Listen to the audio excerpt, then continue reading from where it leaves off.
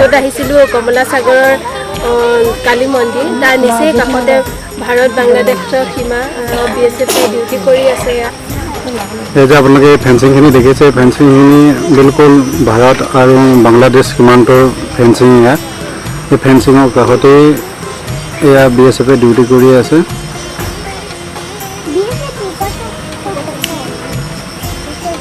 মই অলপ আগবাঢ়ি আপোনালোকক ফেন্সিংখিনি ভালদৰে দেখাব বিচাৰিছোঁ এইখিনি ফেন্সিং ওখ টাইপত দিছে ফেন্সিং এনে 2-3 বিধ প্ৰকাৰৰ আছে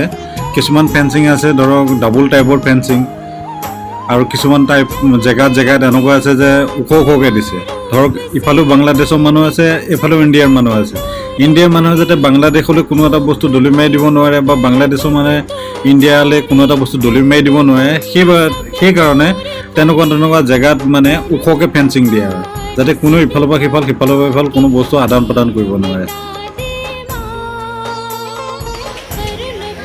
এতিয়া আমাৰ এওঁ যিটো ৰাস্তা দি আহি আছে এইটো ৰাস্তাটো ইণ্ডিয়াৰ ৰাস্তা কিন্তু ফেন্সিংখনৰ কিছু চাইডে পুৰা বাংলাদেশ আৰম্ভ হৈ যায় সেইটো চাইডৰ পৰা গোটেই এৰিয়াখিনি বাংলাদেশৰ আৰু এইবিলাক ঘৰ বাংলাদেশৰ এই গোটেই ঘৰখিনি বাংলাদেশৰ মাটিত আছে এয়া সন্মুখত এয়া ফেন্সিং কমলা সাগৰৰ এই মন্দিৰটোৰ কাষতে কমলা সাগৰৰ BSF কেম্প আছে এইটো কমলা সাগৰৰ BSF camp BSF border out post এইটো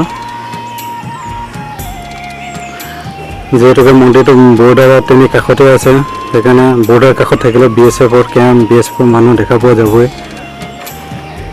মন্দিৰটো আপোনালোকক দেখালোঁ যিমানখিনি দেখাব পাৰোঁ চাব আপোনালোকে ভিডিঅ'টো যদি ভাল পায় লাইক কমেণ্ট শ্বেয়াৰ ছাবস্ক্ৰাইব কৰিবলৈ নাপাহৰিব বাই আজিলৈ